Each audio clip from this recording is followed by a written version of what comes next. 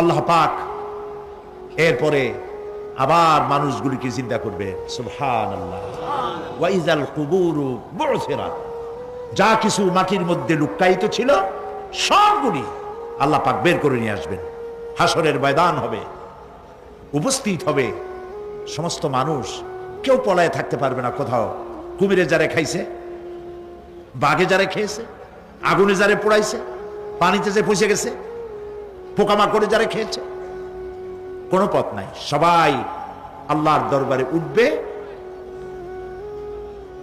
পায়ে জুতা নাই, মাথায় কাপড় নাই, পরনে কোনো কাপড় চোপড় নাই, উলঙ্গ উলাঙ্গিনী। উম্মুল মুমিনিন হযরতে আয়েশা সিদ্দিকা রাদিয়াল্লাহু তাআলা আনহা নবী করিম সাল্লাল্লাহু আলাইহি ওয়াসাল্লামের জবান মোবারকে এটা শুনে কেঁদে ফেললেন। বললেন, ইয়া রাসূলুল্লাহ, আমারও কি সেই অবস্থা হবে? তিনি বললেন, হ্যাঁ। উম্মুল মুমিনিন বললেন, ইয়া রাসূলুল্লাহ, তখন কি আমার শরম হবে না?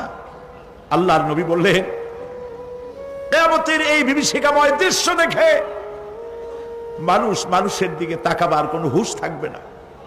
সব মানুষ উপরের দিকে তাকায় থাকবে, নিচে তাকাবার কারো কোনো ক্ষমতা থাকবে না। মানুষ অস্থির হয়ে যাবে। সেই হাসরের ময়দান বিচারক আল্লাহ রাব্বুল আলামিন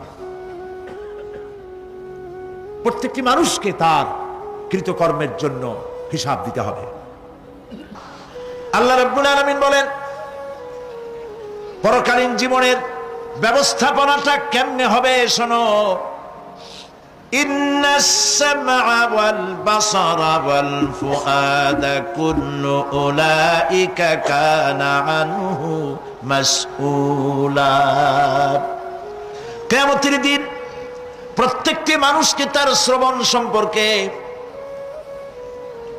তার দৃষ্টি সম্পর্কে, আর অন্তঃকরণের কল্পনা সম্পর্কে প্রত্যেকটি ব্যাপারে আল্লাহ পাক জিজ্ঞাসা করবেন। কান দিয়েছিলাম, কি শুনেছো? যা শুনছো তা আমল করেছো কিনা? আমার নিষেধ করা জিনিসগুলি শুনছো নাকি? কানের জবাব দিতে হবে। কান আল্লাহ পাক দিয়েছেন, সুবহানাল্লাহ। আল্লাহ পাক দিয়েছেন কান।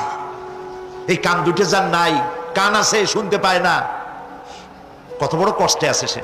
মানুষের চিল্লায় কথা কয়, সে বুঝেই না। আছে না এমন? এই কানের সম্পর্কে প্রশ্ন করা হবে, শ্রবণ সম্পর্কে, দর্শন সম্পর্কে প্রশ্ন করা হবে। যা দেখতে নিষেধ করেছি সেগুলো দেখছো নাকি? এর শুকরিয়া আদায় করেছো নাকি? দুটি